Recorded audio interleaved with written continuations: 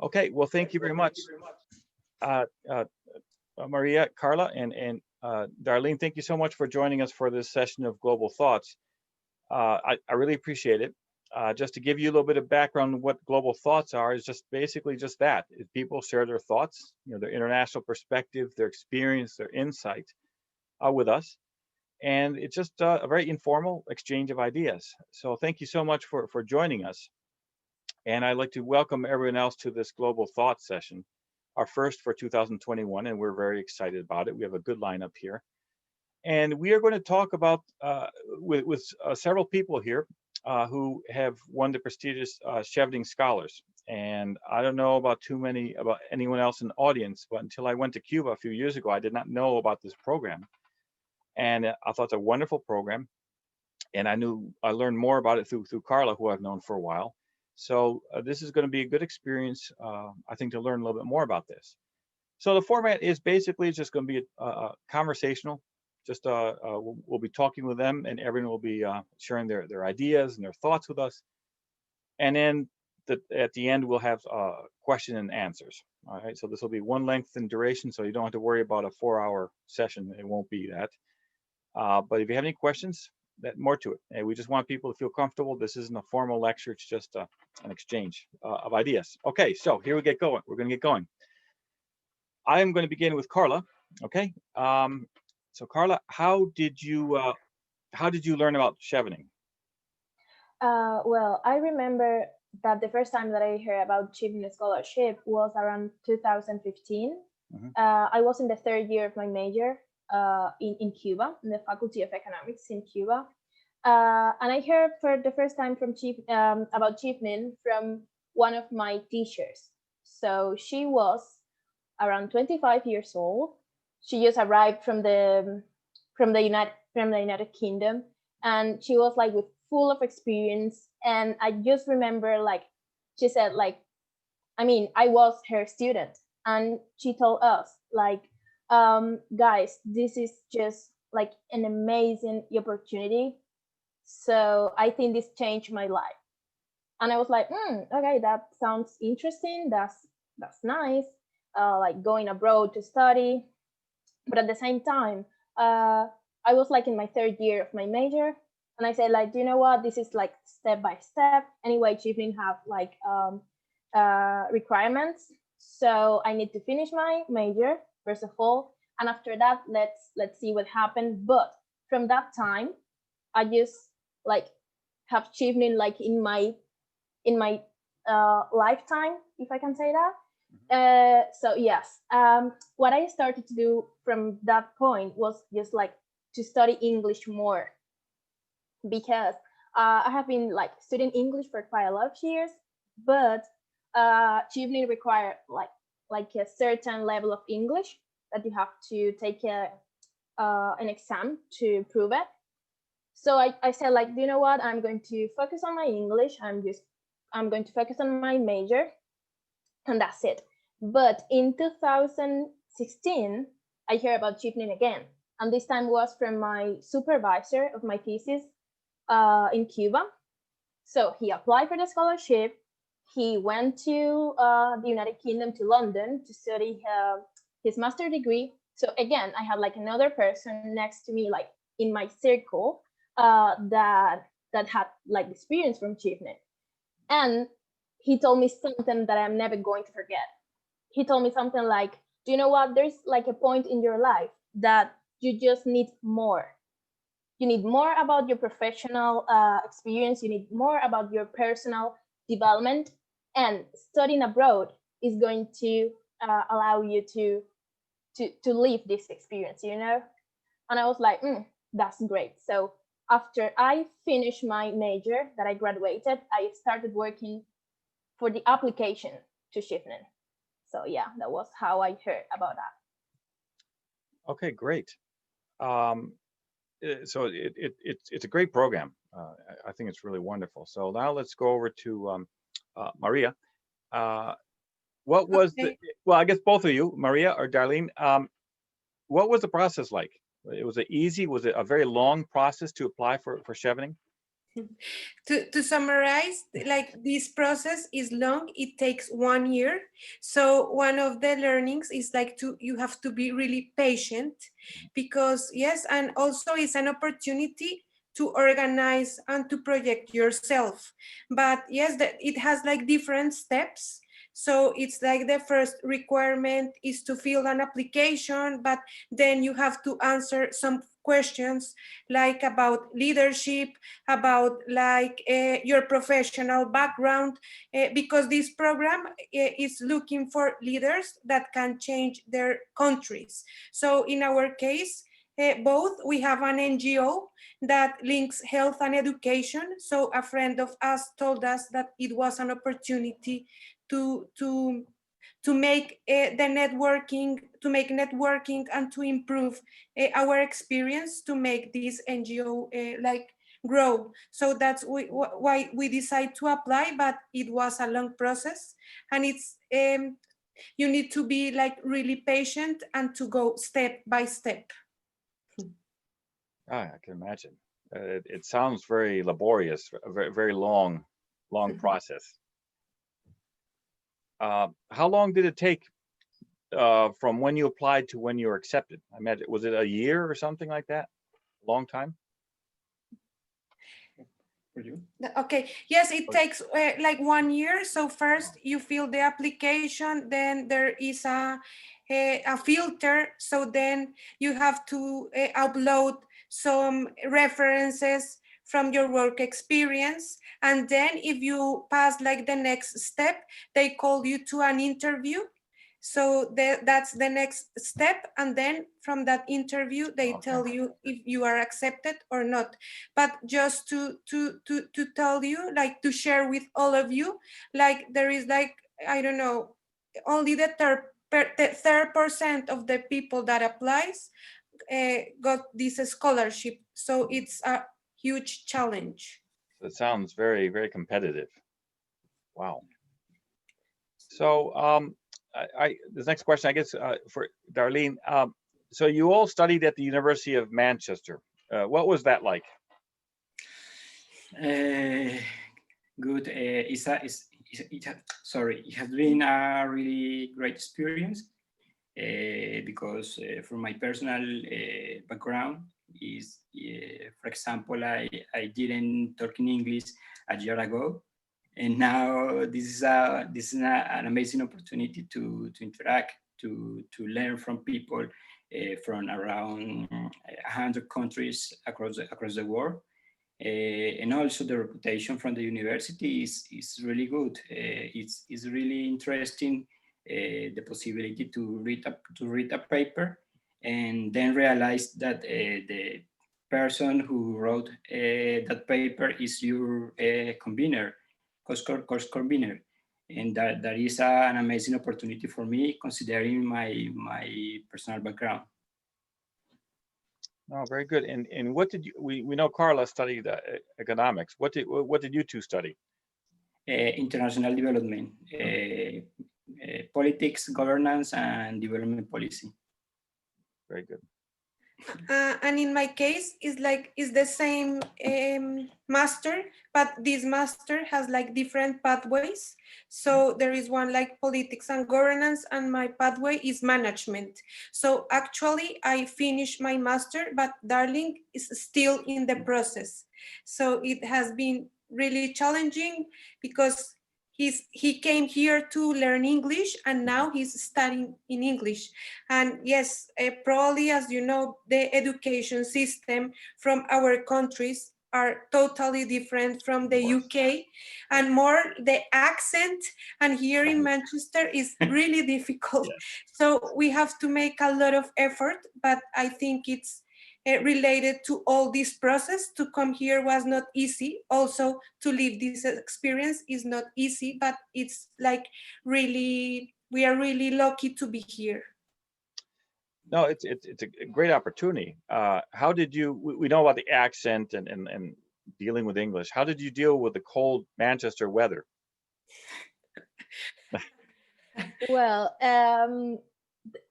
to be honest, I thought that I know how to talk in English when I arrived here, and I realized that I didn't. like I couldn't speak with people like here because the accent is really strong. Yes. Yeah. And the weather is another thing that just was a challenge for us. Actually, for me, is still a challenge every day.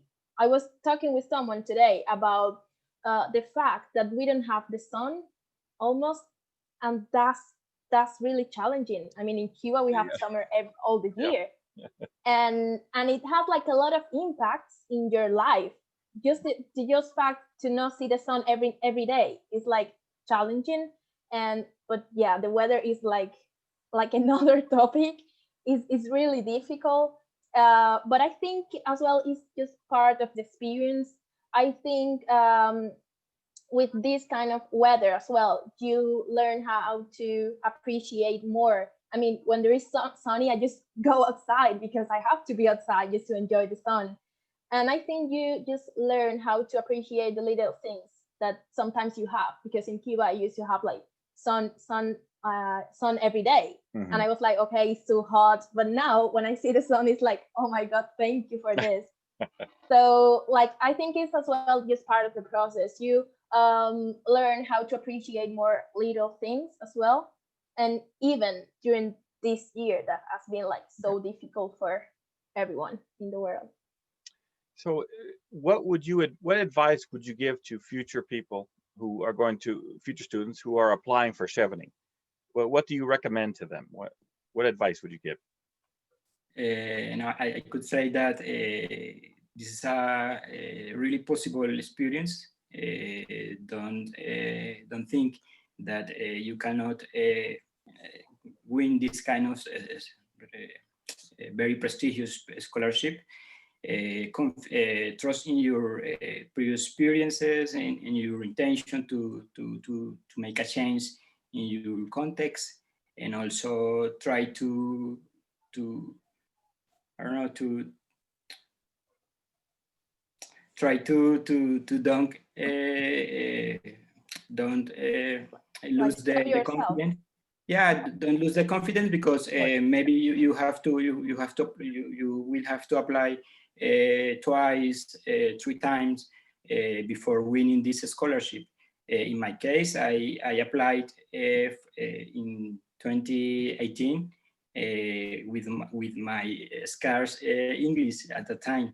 And I managed to pass the interview, and then I managed to reach the waiting list at that class. And then in the next year, I managed to win this scholarship. My principal advice is don't give up. This is an opportunity to transform your own life, but also to inspire other people with your similar background. Very good. Very good. I think it's I agree 100% with Arlene, because during the process of the application, that is 2 tenths, is too long. Yeah. That you have like million of thoughts, like every month, maybe every week, thinking like, oh my God, there are a lot of people applying for this. Maybe you can think that your job is just like meaningless in comparison with other people around the world. Right. And like this scholarship just told me like that's not true.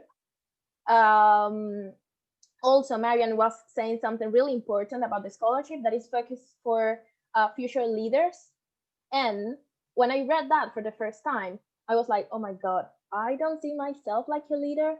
But I was teaching in the university in Cuba. So Right. I was a leader, because a leader is someone who can like have an impact on other people, someone who can like build a network.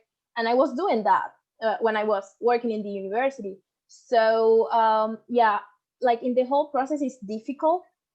Don't give up never. I had to do my IELTS test 2 times. Yeah. And yes, like everything that happened is like a new learning that you need to take with you and just learn from that. And I think from us, like this year of the application process, and as well this year living the experience in another country abroad, living a different culture, enjoying it but suffering it at the same time, living in lockdown as well the second time, Right. have been like a huge challenge.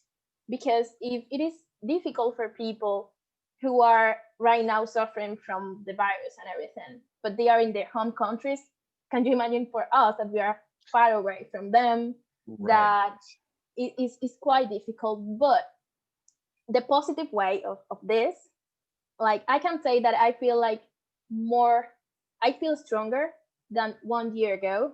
I feel double of the stronger than when I applied for this scholarship. And I think that's what I'm going to take with me all the time.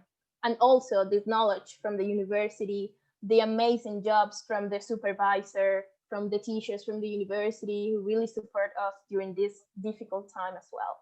So everything is like a amazing experience that I encourage to everyone just to apply, just to try, because it's worth it at the end. Yeah, I agree. I'll share a little bit of my experience. I applied for the Foreign Service exam here in the United States more than once. I won't tell Kathy or Brenda or Nancy how many times, but it's safe to say I didn't pass. But it's the way that process was. You have to sit down for a 6-hour exam. You can't get up. You have to write it, and then it's about economics, the U.S. Constitution, which I knew, history, and then just a lot of current events. And I thought I was very well read. I thought I was well prepared, but I didn't make it. I took it several more times. I still didn't make it, but but that's okay. I went on to other things. So I want to say I admire the three of you, because this type of process is not easy. It's very hard. You can't really prepare for it because it's so intense, so unique. And it asks you not just to focus, okay, how well do you speak English? It's more than that. Your critical thinking, your writing, your mental discipline, patience. So I think that's very admirable. And as you just said, Carla, for all three of you, you're all in England right now during a pandemic, which is actually adds more stress on you, and it's more difficult.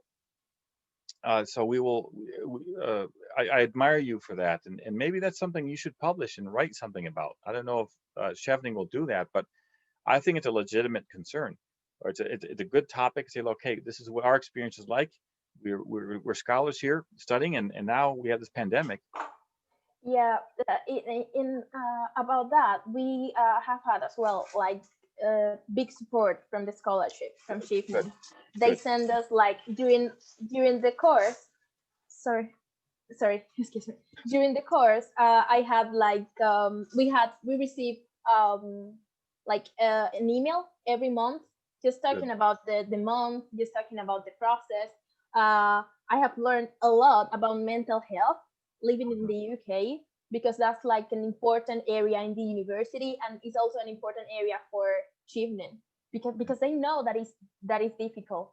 Like I think that our experience, three of us, have been different because of COVID, but I think that it's also difficult for people who came here from a different culture, from a different country. Of course.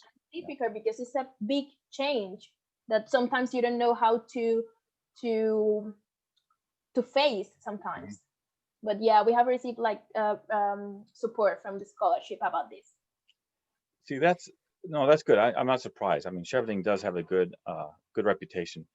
And I do have the page here. You can see it for those who, I'm just gonna move the screen a little bit. You can see the website. There you go. And you can apply. I was just on this a couple days ago looking at it. It's just very impressive.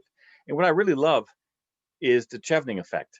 So rather than just clicking on that and find out what it is, I want to ask all three of you. So for you, what is the Chevening effect?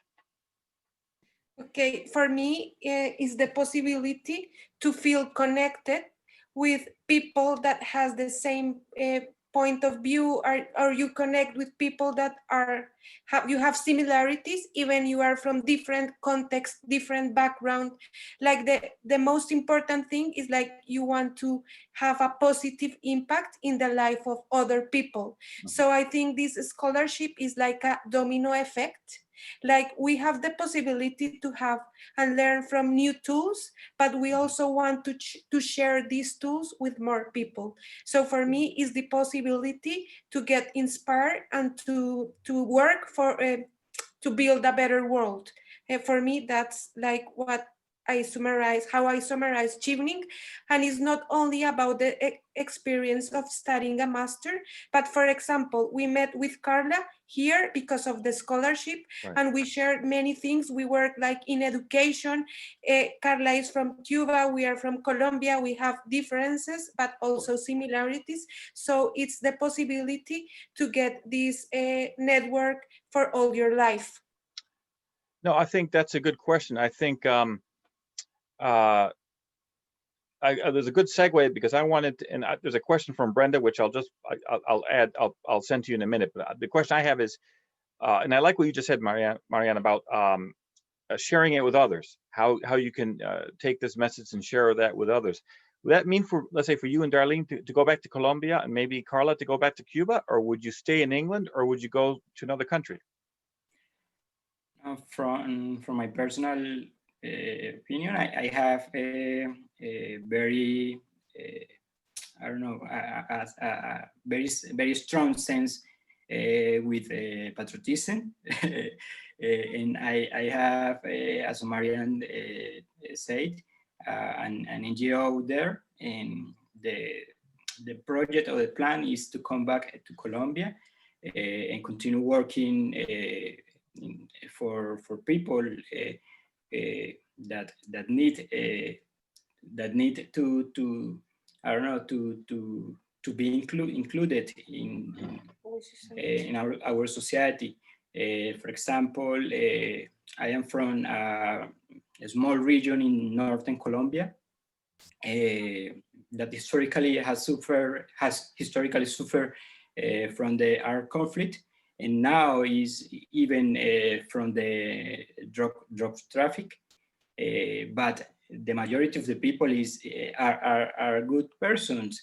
They just need to access to new opportunities for, I don't know, for exploring their capabilities and transform their context. And I think this is came here was the opportunity to build this knowledge to impact my society in Colombia. Yeah, and also about your question, Tom, is a requirement from the scholarship to come back to your home country, because one of the principal mains of the scholarship of the scheme is that you learn everything that as much as you can in the UK, in these prestigious universities, with these techniques, with the technology as well, and you come back to your home country to put in practice everything that you have learned. So that's one of the main objectives of the scholarship. Very good. I'm going to ask this question now. This is from Brenda, so I'm going to quote her question. Is there a page that lists the countries or citizenships eligible for the Chevening? I see that students studying abroad, for example, in the US may apply, but that if they reach the interview stage, the interview must occur in their home country. Am I understanding this correctly? Well, yes. In this case, you can apply. For example, if you are from Colombia, but you are right now living in the United States, you can apply from the United States. But if you get an interview, you have to go to the embassy in your home country, to the UK embassy in your home country to attend to that interview. And the list of the countries eligible for the program, there is in the same, like in this website here that you presented, Tom. Okay, yeah, I can't get it to work, unfortunately, but okay, good. Looks like you answered, Carla, you answered Brenda's question. She said she works with F1 students at Grand Valley State University in Michigan. Yeah. I actually have a friend, she's Cuban, and she applied being in Mexico, but she had to travel to Cuba to attend to the interview. So yeah. Okay, good. Well, you know, I'll probably be in touch with you about another Cuban, Carla. She just emailed me and she said she wants to study in a university in Canada, not in the US, but obviously given our politics for lately, I don't blame her. So I may put you in touch with her if you don't mind, because I think you could help her a little bit more. Okay. She's really a nice person. Now we're going to go off track a little bit. I have to ask a question, and it's probably my fault. But what is the proper pronunciation? Is it Chevening or Chevening? Because I have a feeling I'm mispronouncing it. Am I? That's That's quite a good question. yeah, that's a good question because here with the accent it's so difficult. I remember when I came here, I used to say Manchester, but now people here say Manchester. Oh, So I know. That's so to be honest, I don't know how is the right pronunciation, but I think it's more than Chevening scholarship because when they say that, it's like Chevening scholarship. well, you know, I was advising a student years ago, and her name, she spelled it M-I-C-H. And I said, "Hi, hola, Micha, ¿cómo estás?" And she says, "It's Micah." Oh, I never would have guessed from the word M-I-C-H. And it's kind of, I didn't tell her also, you know, in Bolivia, just so you know, my mother's from Bolivia. The word Micha means, you know, cheap, tacaño. I don't know if it's like that in Colombia as well, is it? But I didn't tell her that part. But Yes. it is. See, that's the beauty of language, is finding all these different secrets. Okay, good. Marianne, thank you for sending that. Good. And Brenda got that. Great. And just so you know, well, let's see, Brenda. Let's bring the other people here. I know everyone's tired of me talking, so see, Brenda, Kathy, Nancy. Could you just introduce yourselves briefly and just tell us where you're from and where you're at? Hello, everyone. I'm Brenda Tooley. I'm the director of this Office of Fellowships within the Center for Undergraduate Scholar Engagement. So that's a whole long, huge title. But anyway, I work with students on selective international scholarships and fellowships, broadly defined. So kind of the usual, right? The Mitchell, Marshall, Truman, Rhodes, Gates, all of those, but also many, many others. And I am grateful for this presentation because I really want to work also with the international students here at my university who are not eligible for many of the federally funded opportunities. And I understand that, but I want to be sure to have good information for the international students. Very good. Nice to meet you. Hi, I'm Kathy Hansen. I am an almost neighbor of Tom. I'm in upstate New York at Nazareth College, and I am the assistant director for overseas studies and exchanges at the college. I've been at Nazareth for 12 years now, and I work mainly with the US students, the American students who want to participate in a study abroad experience, whether it be a semester long, a year long, or a short-term program abroad. I am familiar with this particular scholarship because years ago, when I first started in the office, I also worked with our international students. So I kind of did both. Now we've split the the groups up, and we had a student from Vietnam who had come through the World Learning Program. And after she returned to her country, after the program at Nazareth was over, a couple of years later, she had finished her program, and then she had written to me and asked if I would be one of her references for this scholarship.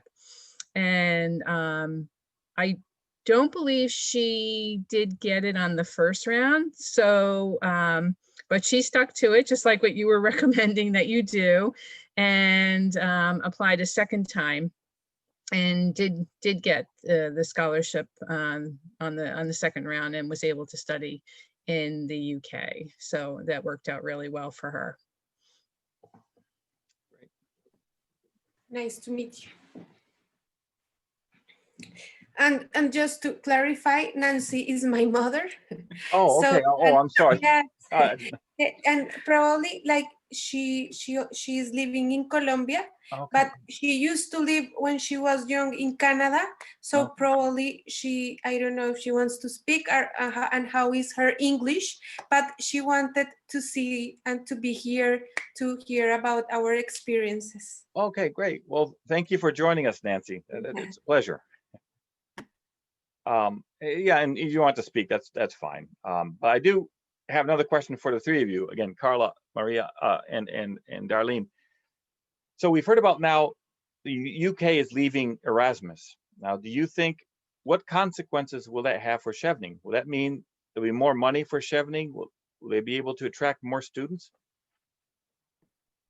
I think the panorama, the international panorama in terms of international aid is changing here. The UK is changing, modifying its priorities.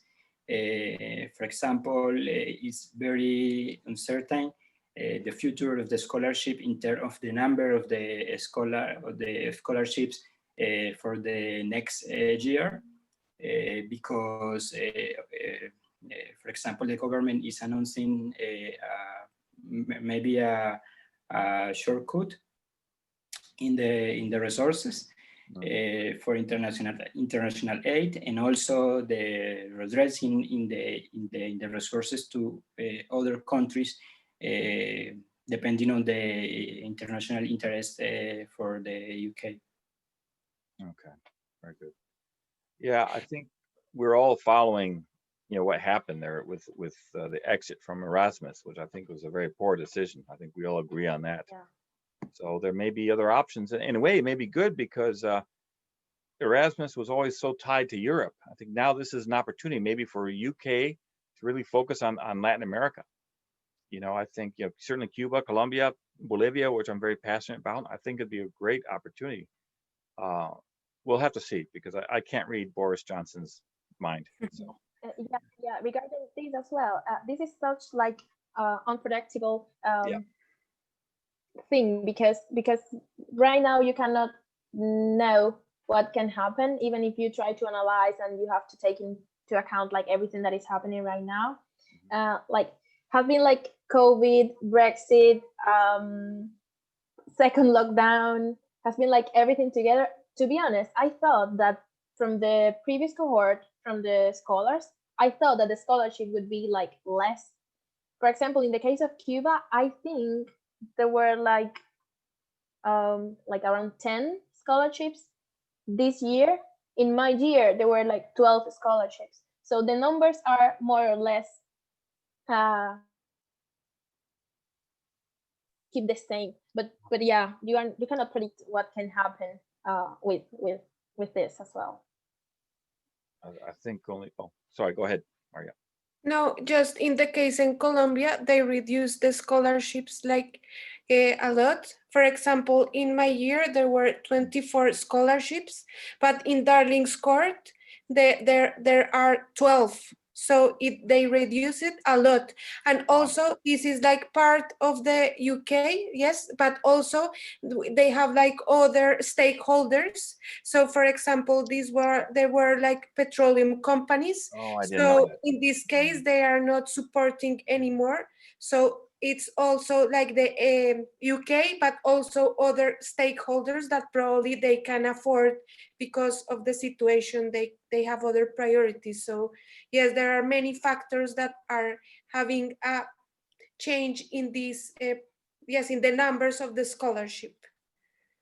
That's a really good point. I hadn't thought about that. I just assumed, well, now they have all these funds that they can divert from Erasmus to maybe to Chevening, but it's not that easy, is it? As you say, with all the stakeholders, some people may say, no, we don't want anymore. We're going to divert our funds over somewhere else, and that's sad. I hope we can get past that, because I think the concept of the student exchange and student mobility is very good. I do have another question. I don't think that this can happen, but I'm going to ask this question anyway.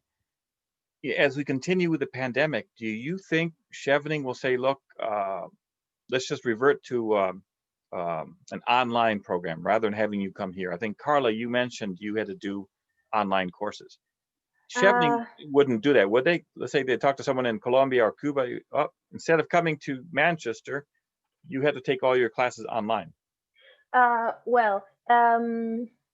It's as well like a difficult question, because some of the countries for example, in my case in Cuba, we don't have the chance to have internet to do the course online. Right. And as well, I have to say that this scholarship is really clear about that they want to train people because they want people with a higher level of in academic, like higher academic level, but also they want people who live the experience. They want people to share with each other. And this links to the previous question. I thought that from this cohort, they would reduce, like maybe they would say, like, you know what, we are not going to offer scholarships this year because of COVID. We don't know what is going to happen. Right. We don't know if you came here, it's going to be a second lockdown, and actually is what is happening right now. But even though they are here, I mean, the scholars are here. So yeah, I don't know. I don't know how, like, I don't know, like, if I answer your question, but it's quite difficult to answer in. No, that was a tough question, but we have one. Kathy has a question here. She says, regarding requirement, regarding the requirement of working in the community for 2 years following the completion of the undergraduate degree. Is this still the case? Is this still true for Chevening? Yeah. The commitment is to come back to your home country and continue working at least 2 years there. But as I said before, normally all of us have projects running in our countries in different sectors. And this is the best example or the best way to maintain the connection with our countries, even when you are here and identify maybe new opportunities for increase your I don't know your experience. You have to come back to your country and try to continue working in your projects, and also try to use the connection that you build in Chevening to leverage your projects. Just to complement, also during the application process, you have to share your plan, your career, like your plan, like what are you going to do, like in the short, medium, and long term. So that's also like they are believing like we want to come back and we have a plan, and that's why they want to support us, because we have like a specific field and a specific plan that how can we contribute to our countries. So I think also as a personal exercise is really interesting, like more like the commitment also to come back for 2 years. It allows you to structure like what do you want to do in your life, because many times you study and then you have a job and then another job, but it's an opportunity to project yourself and what are the things that you want to do. Okay, good. You answered my question, because I was going to ask, my next question was going to be, all right, where do you see yourselves in, let's say, 5 years? Okay. Go ahead. Well, actually, what Marian mentioned is really interesting, because I think for all the people who apply for the scholarship, this is quite the most difficult part, and is to answer that questions. There are like standard questions for everyone just to fill the application. The first one is related to leadership. The second one is related to networking. The third one is related, you need to explain why did you choose the UK to study your master's degree. And the number 4 is your career plan. Right. So it's quite difficult to plan right now. Well, yeah, of course. It's so difficult to predict what we are going to do. But 100%, this question is really important, because anyway, we three of us, we have a plan. So we don't know if we are going to achieve it next year, but we have the plan. I want to continue teaching in the university, maybe with new projects. Just taking with me what I have been learning here, even though the system, like the educational system, is really different. Mhm. But I can tell that you can take some things with you that you can improve in your own project. But yeah, right now it's not possible to predict what is going to happen, but at least we have the plan, and that plan is thanks of the scholarship. Actually, we have been planning, I think, 1 year before to do it, because for some of us this have been like a future plan. In my case, it wasn't my mind since I was in the third year of my major, and after I graduated, it was like, okay, this is a plan now. I'm going for it. I have to work for it. And it is like that. From people who apply for a second time, it's also a plan, since you have to do the process again. And yeah, I think it's a really good opportunity, as Marian said, to project yourself maybe in the next 5 years. We don't know if it's going to be in the next 5 years actually, but at least it's a plan, and it's really good to have the plan. It's really good to work like looking for something, like something that you have clear, that can change, because the environment is changing all the time. But you have what you want to do, like there is there, so you are going for it. Very good. Good. Yes, so in my case, like this is an opportunity to get like, because for example, before I worked like in the I don't know, with international organizations, but it was more like from my personal experience, but I didn't have like the academic part. Yes, so now we develop an NGO, like we link health and education for rural zones in Colombia, and we specifically, this is like a postcard of our NGO. The name is Fundación Salud a la Escuela, that is like an NGO, health and education, and we are running a program called First I See, Then I Learn, because there is a percentage, like around the 30% of the children in a classroom, they don't have glasses, and in our context, they don't know, and they don't have access to these health services. So in our next 5 years, we want to make stronger this NGO. The idea will be to make the links probably with UK, also with other scholars, so we can make bigger the impact and have a positive impact in more children, and with all this point of view of not being like assistentialist, because the communities also have their knowledge and their potential. So we want to work on this for the next 5 years. This is something like personal. And in my case, I also work like as a consultant with other NGO and work with financial inclusion. So I want to continue doing that. And it links technology. That is very, very impressive. All the work that you're doing. Marianne, could you please put the name of in the chat, the name of your NGO, and if it has a website?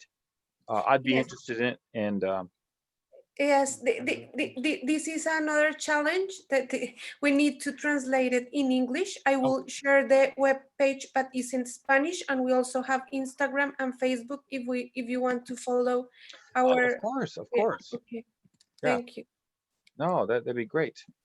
Well, if you need anyone to translate it, you could probably find some volunteers here. We have some students who are looking to do volunteer work. Oh. And they're Spanish majors. Of course, they may need you to help make sure that they don't make any mistakes. It will be. Thanks for your support. It will be really. We will be really happy. I just share it, and then good. I will share the Facebook and Instagram. Yeah, please do. And so it's called Veo Luego Aprendo. That's wonderful. Good. I'm going to write that down actually. And now I'm going to give you a little bit of a joke that Kathy and Brenda will probably know, because, but this will go to the fact of misunderstanding, which sometimes happens in our culture. I think Brenda and Kathy, you know the show Seinfeld. Maybe you've seen it as well. I don't know, in England. But for years, I thought the very opening of it was a bass player playing a bass guitar. But it wasn't. Someone corrected me yesterday. Said, no, that's just a synthesizer. It was not a bass player. So for the last 30 years, I was grossly mistaken about these things, and that happens. You know, it's and but you know, it's okay. Good. All right. Thank you for posting that, Marianne. So Kathy and Brenda, if you can write that down, I'm going to write that down as well. And then I'd like to be able to feature it as well, maybe on a Abroadia page, if you don't mind. I think a lot of people would like to learn a little bit more about this. So, where in Colombia is it based exactly? It's in Bogota, Bogota. but our projects, we developed our projects in rural zones, normally in very remote territories, which are being historically affected by armed conflict, and also displacements. And we try to go there because normally the public delivery services is very inefficient, and also the people suffer from it. No, I can imagine. So also it has been challenging because last year we usually made like a brigade. We usually go once on a year, and we link also volunteers from private schools with the volunteers from rural zones, so they can exchange, and also the students from the context from the urban areas to know the realities in the rural areas. So this year, like last year, was challenging because of the coronavirus. So we just did it. This is a secret. No, we didn't post it, but we made like a program. We run like a pilot about mental health with rural teachers in Colombia, because we know that's why we want to work with health and education, because we know that there are many things around health that influence the processes of education. So first we were focusing in the vision right. But now we know that it's really important mental health, also in terms of the food security. There are many things around health, but this is like what we want to address a lot of things, but we have to go step by step. No, that's that works really. That's incredible what you just said, and I'm only visiting the page right now. I'm going to look at it a little bit more closely a little bit later on, but your description is very nice, and I hope we can work with you, because Abroadia is looking at working with NGOs like yours to help, see how we can help, and I love this cause. I think it's a wonderful cause. So let's certainly stay in touch about this. Yes, sure. And yes, thank you very much, Kathy, Brendan, Tom, Carla. Also, you are welcome. Like, if you have more ideas, if you have feedback, the idea that this project has been growing step by step. We don't want a lot of numbers, but we really want to change the realities of the communities. Not saying like we reach a lot of, yes, but sometimes this is really risky, because you want to help the communities and many times you make damage to them. So we try to be like really to do the things carefully and to involve the communities to prevent this. And I don't know, probably in the aid sector, it's common that you go to a community and many times this is perspective about colonization. So you are coming here and you are going to give us everything. No, it's like we are going to work together. Good. And this is like what we are trying to do, is challenging. And also in terms of finding the resources, and also in terms of being an NGO has like, yes, it's challenging, but it's like really, we feel really good making little changes. No, it's always little changes. You have to do little changes before you can make big changes. Or as we say, it takes small steps before you can run. I used to always try and run before I could walk, and that never ended well. So, but this is a great project, and I tip my hat to you. And one of the things that Abroadia does is we have been supporting a girls' education program in Afghanistan, a girls' education program in Guatemala, and we would love to work with you on this. I think so. Please stay in touch with us. I think I can't remember. Let me give you my email, and certainly Kathy and Brenda, please put your emails in so you can stay in touch. I think that's great. That's what we want, just communication. Let's see if I can get back to the chat room now. Yes, and in this case, I know that you work with students. We have met a lot of volunteers from rural zones, but in the case of Colombia, many students finish like the high school, and it's really difficult for them to access to the university because in the context, in the rural zones, there are no universities. And for example, now we have a volunteer that has a big challenge in terms of music, and he wants to study. And yes, we want to support them, but this is something really, it's the reality about of our context. Yes, like when you come here, we also realize that the gaps of inequality that we have in terms in the UK or probably in Cuba and in Colombia are really different to here. Yeah, so it's yes, for me was impressive. Yeah, because in our case, many times, like even a person, like yes, the basic things, access to education. Yes, I think a lot of people, and at least in the United States, I think some people take that for granted. No, this is wonderful. So I'll be looking at this more, and I definitely, Abroadia definitely is interested in working more with you, and maybe you can find a way to raise money or raise funds or something like this. I think. And Kathy and Brenda, if you have any ideas, certainly let's talk at some point and see what we can do.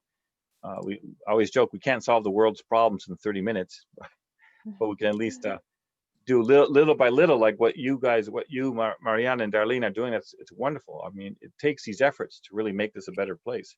Okay, good. We have your emails. Good. So Kathy and Brenda, you saw their emails. Good. Thank you. So please write them down. I'll write this down as well. And then I think that's it. There's any questions? Any questions? Marianne, Darlene, Carla, do you have any questions? No, I just need to say thank you for giving us this opportunity to share our experience, to share our projects as well. And I think, and I also have to say thank you to Chevening as well, because to be honest, we are doing this in the context of Chevening. Sometimes I like to think that everything in life happened for a reason. Some people don't like this phrase, but I like it.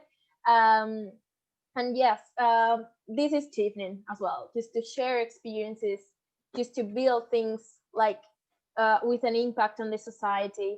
And there is no doubt that this program has allowed us to do this, to be a stronger people, like in different, like in the professional, in the academic field, but also in the personal field. Thank you for giving us this opportunity to share with all of you our experiences as well. I really encourage you, all the people who want to apply for the scholarship, to do it. It's not a scholarship that is focused on the, like, because when we say leadership, it's not about people who study economics, people who study law or something like that. We know people who were studying last year, like in these masters about culture, masters about music. So it's like a global thing. It's not like taking in priorities just these fields like economics and laws, and there are people who are studying medicine. We knew someone who was studying odontology here. just to do like a better job in her home country. So it's a really amazing program. It's global. It allows you to live like every single day of the experience, and just, of course, you have like difficult times, like everything in life, but 100%. Even I used to say that this before. I think 2020 have been the year that I have been crying more in my entire life.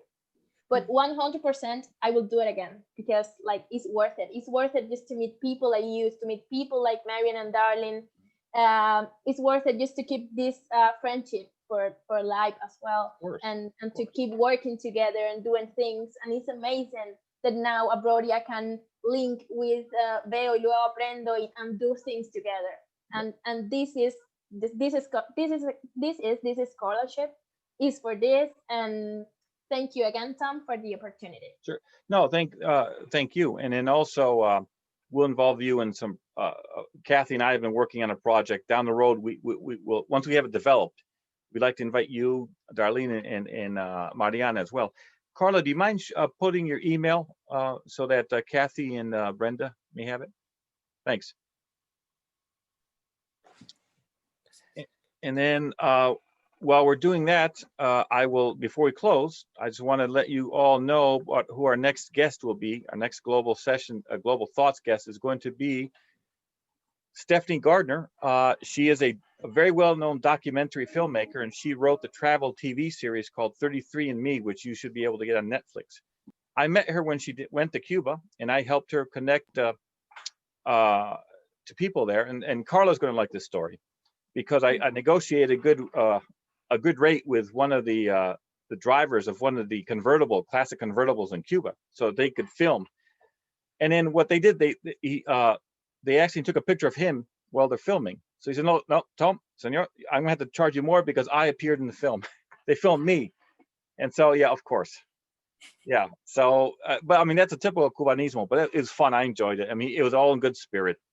But that's how I met Stephanie. And this project she has, 33andMe, it's excellent. She goes to 33 different countries, including Cuba. I don't think she went to Colombia. I'll have to check on that. So maybe you can look at that. But she's going to come and talk with us, and we'll see a 4-minute clip from one of her movies. But she's very internationally minded, globally minded. And of course, Kathy and Brenda, if you ever want to have her on your campus, let me know and I can put you in touch with her. I'll send you her press kit. But she's our next speaker, and I encourage you, Carla, Mariana, and Darlene to join us. I think it's going to be a lot of fun. And like I said, these conversations are always fun. It never feels like work. I hope you don't feel like it's work. It's a really good space. It's fun. It's a really good space to share, and just to have this feeling that we are having a conversation is really nice as well. Yeah. No, thank you. This is a lot of fun. So again, Carla, Marianne, Darlene, thank you so much. And Kathy, Brenda, and Nancy, I think you're still there. Thank you very much for joining us. It was a pleasure, and we will be in touch. And we'll do this again very soon, in about another month. Okay? Okay. Yeah, sure. Thank you, everyone. Many thanks. Nice to Bye. meet Thank you. Nice to meet you. Thanks, Carla. Good to see you. Yes. Bye. Be well.